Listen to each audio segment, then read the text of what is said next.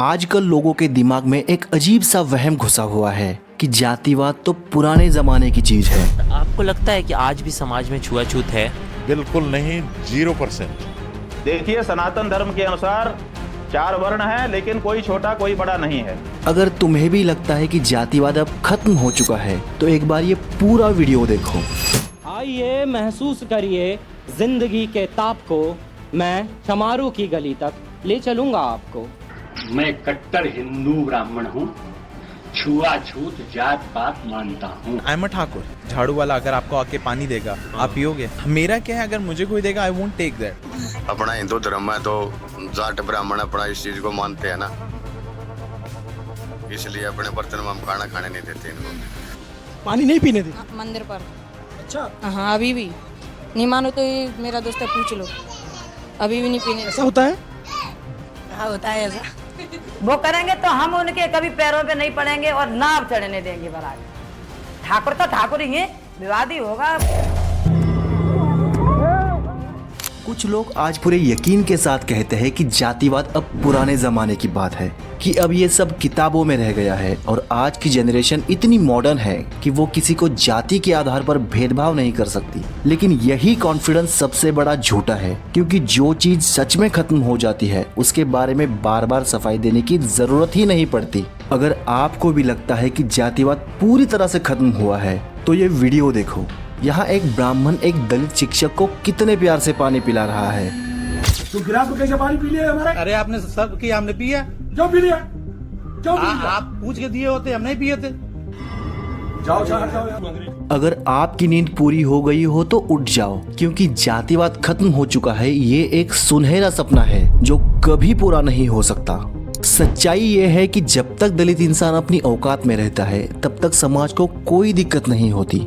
अगर वो bus stand पर बूट पॉलिश करता है, नाली साफ करता है तो सब ठीक है। लेकिन जैसे ही वही इंसान बराबरी की जिंदगी जीने लगता है, जैसे ही वो महंगे बाइक चलाता है, अच्छे कपड़े पहन लेता है या अपने सर को झुकाने से मना कर देता है, तभी ये सिस्टम एक्टिवेटेड हो जाता है। आज की सच्चाई तो ये है कि बुलेट मोटरसाइकिल चलाने की वजह से बिहार में एक दलित लड़के को गोली मार दी जाती है, क्योंकि उन्हें ये बर्दाश्त ही नहीं होता कि एक छोटी कास्ट का इतनी महंगी बाइक चला सकता है।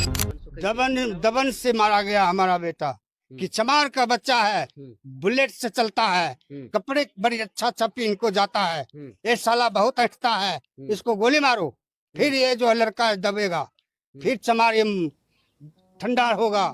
सच्चाई तो यह है कि मध्य प्रदेश बुंदेलखंड में दलितों को चप्पल पहनने का अधिकार नहीं है। जैसे ही वो अपर कास्ट के इलाकों से गुजरते हैं तब उन्हें अपनी चप्पल हाथ में लेनी पड़ती है। आप जो चप्पल पहना दोगे तो पहनने के नहीं लो।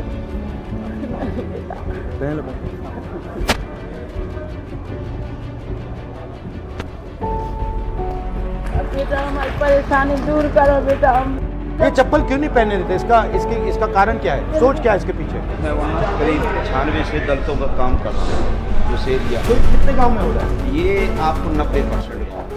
लोग बहुत आसानी से ये कहकर निकल जाते हैं कि ये तो बस कुछ पिछड़े इलाकों में होता है, लेकिन कर्नाटक जैसे पढ़े लिखे राज्य में जहाँ लोग एजुकेटेड एंड प्रोग्रेसिव है, वहाँ का ये वीडियो देखो।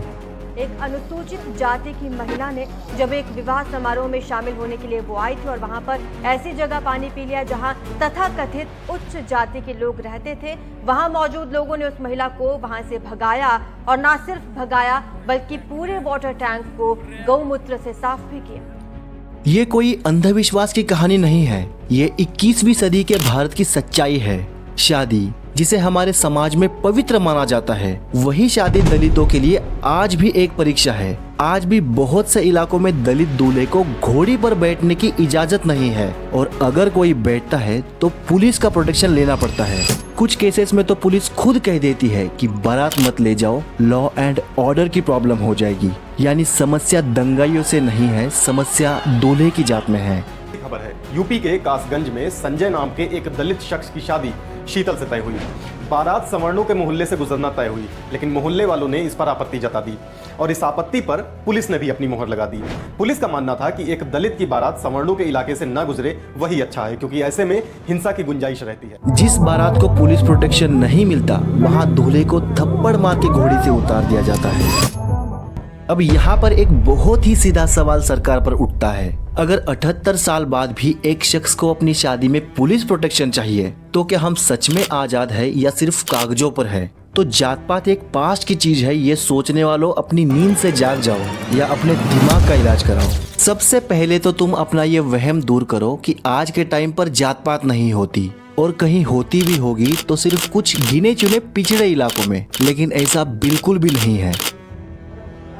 हम लोग बार बार चमार करते हैं, रोज बोलते हैं जैसे नाली कितने साफ कर लो, नाली साफ नहीं होती उसे तुम लोग की जात है, बोलते हैं तुम लोगों के ऊपर थूकना चाहिए। आचल जायसवाल हम लोग को बोलते हैं कि तुम लोग कभी नहीं सुधरोगे, नहीं तो तुम्हारी कभी जात सुधरेगी, नाली के कीड़े जैसे तुम्हारी जात है चमरोटी, ऐसे ऐसे बोलते हैं। इतने बड़े घर क्यों तुम इसमें खाओगी, इन लोगों के साथ खाओगी, ये बोला जाता है।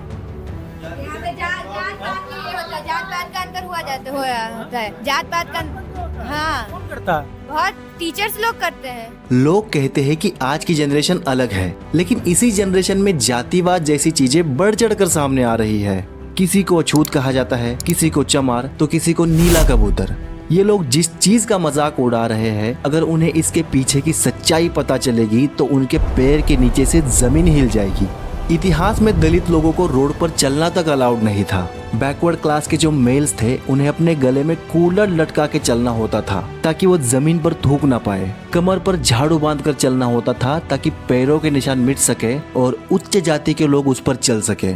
इतना ही नहीं तो दलितों को उच्च जाति के इतने दूर खड़ा रहना होता था ताकि उनकी परछाई भी उच्च जाति के लोगों को छू न सके।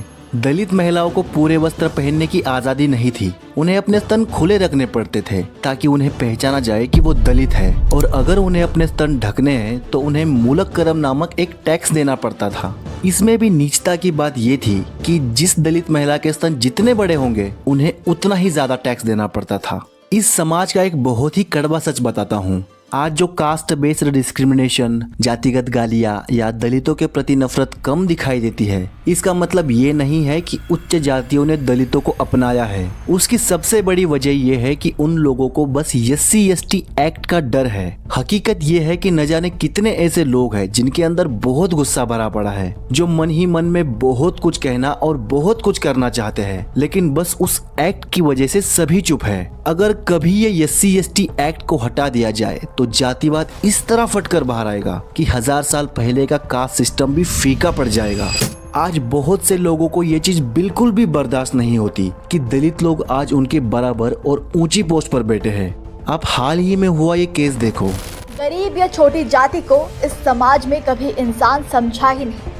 नतीजा ये रहा कि इस तरह के टॉर्चर से परेशान होकर हरियाणा के सीनियर IPS अफसर वाई पूरन कुमार ने खुद को गोली मारकर हमेशा के लिए इस उत्पीड़न से मुक्त करना चुना। आज के दौर में जहां जातिवाद खत्म होना चाहिए वहां बढ़ता ही चला जा रहा है। आज लोग जाति से रिलेटेड सॉन्ग्स और रील्स बनाकर प्राइड लेते हैं। इससे इंस्पायर होकर कुछ दलितों ने भी ऐसा करना स्टार्ट किया। तो जब इक्वालिटी में बिलीव करते हैं तो सारी चीजें इक्वली होनी चाहिए ना, लेकिन ऐसा बिल्कुल भी नहीं है। आप इंस्टाग्राम या फेसबुक पर दलितों से या बाबा साहब अम्बेडकर से रिलेटेड कोई भी रील उठा कर देख लो, उसका कमेंट सेक्शन इतना डिस्टर्बिंग होता है कि तुम्हें पूरी पिक्चर क्लियरली दिख जाएगी कि हम लोग कहाँ स्टैंड करते हैं। ऐसी रील्स के नीचे लोग कमेंट्स करते हैं कि अब हाथ धोना पड़ेगा, फोन धोना पड़ेगा, फीड गंदी हो गई। ये जातिवादी लोग बस रियल लाइफ में चुप रहते हैं क्योंकि उन्हें डर लगता है, लेकिन ऑनलाइन में उन्हें कोई डर नहीं लगता क्योंकि ऑनलाइन में डर ना के बराबर है और वहीं पर इनका असली चेहरा दिखता है। आज सैकड़ों ऐसे क्रिएटर्स हैं जो दलितों के खिलाफ अपमानजनक भाषा का इस्तेमाल करके रील्स बनाते हैं, जातिवादी वीडियो बनाकर समाज में नफरत फैलाते हैं, लेकिन उन पर सरकार कोई कार्यवाही नहीं करती। आज समाज में सबसे बड़ा मुद्दा कोई है तो वो है जातिवाद, पिछड़ी जातियों का शोषण, डिस्क्रिमिनेशन और सोशल मीडिया पर बढ़ता हेट। कब तक तुम फोकट का खाते रहोगे? अरे तुम जिन स्वर्णों का सारा कुछ फोकट का इतना जिम चुके हैं, कब तक जिमोगे? कई बार तो लगता है कि इन पर जो झाड़ू बंदी थी वो सही ही बंदी थी। ब्राह्मण अपने बच्चों को अपने दम पर पढ़ाते हैं, आरक्षण के दम पर नहीं कि जाओ बेटा आरक्षण लगा है सिलेक्शन हो जाएगा, नीले कबूतर कहीं के। जो सरकार एक दिन में नोटबंदी करा सकती है, जो सरकार एक दिन में धारा 370 हटा सकती है, क्या वो सरकार ऐसे सोशल मीडिया पर खुलेआम जातिवाद करने वालों पर कार्यवाही नहीं कर सकती? अब एक और वीडियो देखो। 21 वर्षीय युवक अहमद का एक वीडियो सोशल मीडिया पर तेजी से वायरल हुआ, जिसमें वह प्रधानमंत्री और मुख्यमंत्री के खिलाफ आपत्तिजनक टिप्पणियां करता नजर आया।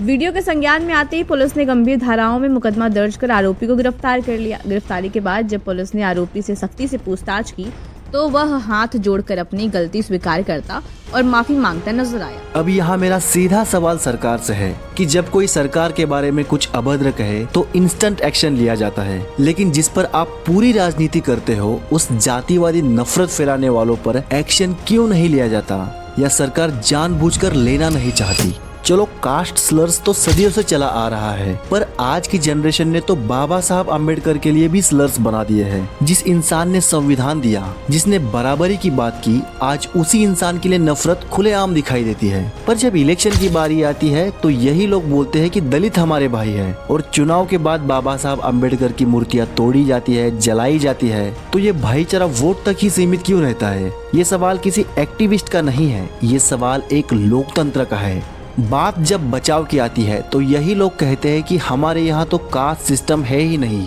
ये तो अंग्रेजों का करा धराया है, और हमारे यहाँ तो सिर्फ वर्ण व्यवस्था है। अगर आपको भी ऐसा ही लगता है तो आप इन शंकराचार्य को देख लो। आप शूद्र जाति में उत्पन्न हैं और उत्पन्न होकर के भी आप शास्त्र नियमों के अनुसार अपने आप को चलाना चाहते हैं। तो जब शास्त्र नियमों के अनुसार आप अपने को चलाना चाहते हैं तो ये जान लीजिए कि शूद्र के लिए संन्यास है ही नहीं, यहाँ तक कि गुरुकुल में वास भी नहीं। सारे जो कुटीर उद्योग लघु उद्योग थे वो कौन चलाते? शूद्र चलाते थे ना। जिनको कुचला गया उनको सोचना चाहिए, हमने कुचला क्या? अंग्रेजों ने कुचला, मुसलमानों के शासन कुचले गए। चप्पल कौन बनाता था? वस्त्र कौन सिलते थे? सारे कुटीर उद्योग अर्थ के स्रोत जिनको पकड़ा दिया गया। आजादी की लड़ाई तो सबने लड़ी, लेकिन जातिवाद की लड़ाई सिर्फ दलितों ने ही क्यों लड़ी? और वो आज भी लड़ रहे हैं। अंग्रेजों के गुलामी के खिलाफ तो आंदोलन हुआ, पर जाति की गुलामी के खिलाफ कोई आंदोलन नहीं हुआ, क्योंकि कहा जाता है ना कि जाति है कि जाति ही नहीं। 21वीं सदी की ये एक तस्वीर देखो, यहाँ हाथ में बर्तन लेकर जा रही ये महिलाएं पीने के पानी के लिए भटक रही है। कमजोर तबके की ये महिलाएं उच्च जातियों के लोगों के कुएं से पीने का पानी भी नहीं निकाल सकती। तो नाई जाति इससे पानी ले सकते हैं, महतो ले सकते हैं, लेकिन दलित नहीं ले सकते। वो लोग नहीं लेते हैं, वो लोग नहीं। आप लोग चाहेंगे तो उनको देंगे। हाँ, आएंगे तो दे देते हैं। हाँ, लेकिन वो खुद से पानी इसमें नहीं। बिहार से एक और वीडियो देखो, यहाँ एक दलित महिला की लाश को जलाने के लिए उच्च जाति के लोग जमीन तक नहीं देते और अंतिम यात्रा को एक चौराहे पर रोका जाता है। इसलिए उन दलितों ने बीच चौराहे पर ही उस लाश को जला दिया। ये मोदी जी के आज के नए भारत की नई तस्वीर है। माना कि हमारे शास्त्रों में वर्ण व्यवस्था है, पर सोसाइटी में तो कास्ट सिस्टम है। हमें जातिवाद की तस्वीर समझने के लिए सोसाइटी में देखना चाहिए, क्योंकि रियलिटी का पता वहीं से मिलेगा। अगर आज लोग ये मानने के लिए रेडी ही नहीं है कि ये कास्ट सिस्टम हमारा है, इसका मतलब वो डिस्क्रिमिनेशन खत्म ही नहीं करना चाहते। अगर कास्ट सिस्टम को अंग्रेजों ने बनाया है तो इसे पूरी तरह से उखाड़ फेंको ना, लेकिन नहीं, क्योंकि आज भी अपर क्लास के लोग अपनी कास्ट पर प्राइड लेते हैं, अपनी कास्ट को सुपीरियर समझते हैं। आरक्षण जातिवाद को कभी खत्म नहीं कर सकता, इसे सिर्फ हमारा माइंडसेट कर सकता है। ऐसा नहीं है कि सिर्फ गांव देहात में जातिवाद होता है, हमारे स्कूल, कॉलेजेस, कैंपस में ये जातिवाद कूट कूट कर भरा है। आप इन दीदी की बातें ही सुनो। एक मिनट, सरकार को चाहिए कि अगर हम एसी कम्युनिटी से हैं तो हम गाला में बांध लेते हैं कि हम एसी से बिलोंग करते हैं। आपका कहने का मतलब यही है ना? तो आपने एडमिशन क्यों दे? अगर आपको खुद को एससी बोलने में शर्म आ रही है तो आपने नहीं, शर्म की बात नहीं है। ये शर्म की दिल्ली विश्वविद्यालय, एक सेकंड में बात सुनिए। नहीं, मैम के बात को जवाब दे रहे हैं, इसमें कोई शर्म की बात नहीं है। इसका मतलब ये नहीं होता है कि अगर हम एसी कम्युनिटी से हैं तो हम उठा रहे हैं, तो अगर हमसे महसूस भी कराया जा रहा है तो गलत नहीं है मेरे में। और देखिए आप भी अभी देखिए मेंटालिटी कैसा है। अब मानसिक आप सोच सकते हैं क्या है। ऐसा नहीं है कि लोगों को आरक्षण से प्रॉब्लम है। मैं तो साफ कहता हूँ कि लोगों को आरक्षण से कोई प्रॉब्लम नहीं है, उन्हें तो बस दलितों के आरक्षण से प्रॉब्लम है।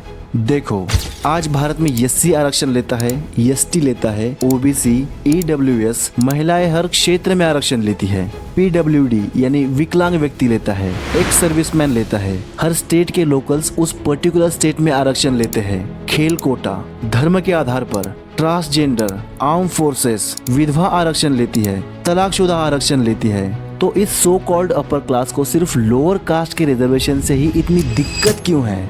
ऐसा नहीं है कि सिर्फ सोसाइटी में भेदभाव होता है। हमारी मोदी सरकार दिल खोलकर भेदभाव कर रही है, क्योंकि अगर कोई मुस्लिम या दलित मोदी जी के खिलाफ कुछ बोलेगा तो कुछ ही घंटों में एक्शन लिया जाएगा। लेकिन आज यूजीसी कानून के विरोध में अपर क्लास के लोग मोदी जी के खिलाफ प्रोटेस्ट कर रहे हैं, उन्हें जातिगत गालियां दे रहे हैं, उनके पुतले जला रहे हैं, लेकिन उनके ऊपर तो कोई एक्शन नहीं लिया गया।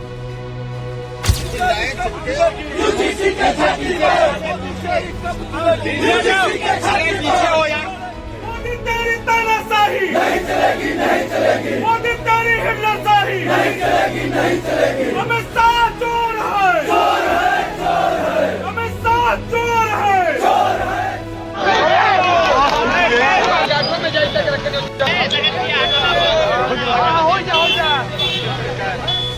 यूजीसी कानून को लेकर सिर्फ इसलिए विरोध हो रहा है क्योंकि लोअर कास्ट वाले इसका मिसयूज करेंगे, लेकिन दूसरी तरफ मीडिया का प्रेशर आने के बाद भी पुलिस दलितों के केस रजिस्टर तक नहीं करती, तो ये यूजीसी के अंतर्गत क्या ही एक्शन लेंगे।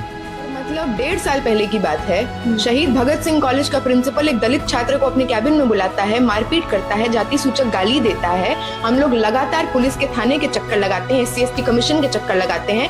1.5 साल तक ये लड़ाई चली, लगातार अलग अलग फॉर्म्स में बहुत स्टूडेंट सॉलिडारिटी में आए, टीचर सॉलिडारिटी में आए, लेकिन वास्तविकता ये है कि SC/ST एक्ट के तहत आज तक मुकदमा दर्ज नहीं है। जिन फॉल्स केसेस की बात ये कर रहे हैं, कौन वहां तक जा पाता है जिसको न्याय मिलता है? असली केस तो दर्ज होता नहीं, और फॉल्स केस की तो ये जो सारी बात है वो एक तबका अपनी हेजीमनी, अपना वर्चस्व मेंटेन करना चाहता है। ये इसी सेंटिमेंट से आ रहा है। यूजीसी कानून के खिलाफ सिर्फ 3 दिन ही प्रोटेस्ट हुए, और वो भी बस छोटे मोटे, और बस इन 3 दिनों में ही इस कानून पर हमारे न्याय व्यवस्था ने रोक लगा दी। और इस पर इतनी जल्दी सुनवाई या फैसला क्यों हुआ, ये भी आपको मालूम है। NRC का नियम था, कितना विरोध हुआ था। भारत में 3% ब्राह्मण है, 3%। तुम नियम लगा के तुम उसका कुछ करके दिखा दो, नियमवा बना दोगे, ऑफिसवा में वही बैठे हैं लोग, पारित करा लोगे। हाँ, थाना, जुडिशरी, मीडिया, संसद, कहाँ बस 3% है। अगर किसी कानून के मिसयूज का डर इतना ही हमारी न्याय व्यवस्था को है, तो UVPA और NSA एक्ट आपको नहीं दिख रहा। इस कानून का मिसयूज सरकार स्टूडेंट्स, टीचर्स, एक्टिविस्ट और हर उस इंसान पर कर रही है जो सरकार की आलोचना करता है। इस कानून के बारे में ह्यूमन राइट्स मोदी सरकार की आलोचना करते हुए थक गया। ह्यूमन राइट्स ने इस एक्ट का मोदी जी कैसे मिसयूज करके बेकसूरों को जेल में डाल रही है ये बताया। मोदी सरकार के खिलाफ आवाज उठाई, लेकिन अब भी इस कानून के अंतर्गत कार्यवाही जारी है, लेकिन हमारी न्याय व्यवस्था को वो नहीं दिख रहा। अगर ये सब देखने के बाद भी तुम्हें लगता है कि जातिवाद खत्म हो चुका है, तो समस्या समाज में नहीं तुम्हारी आंखों में है। आज भी सच्चाई ये है कि जातिवाद मरा नहीं है, बस छिपा हुआ है।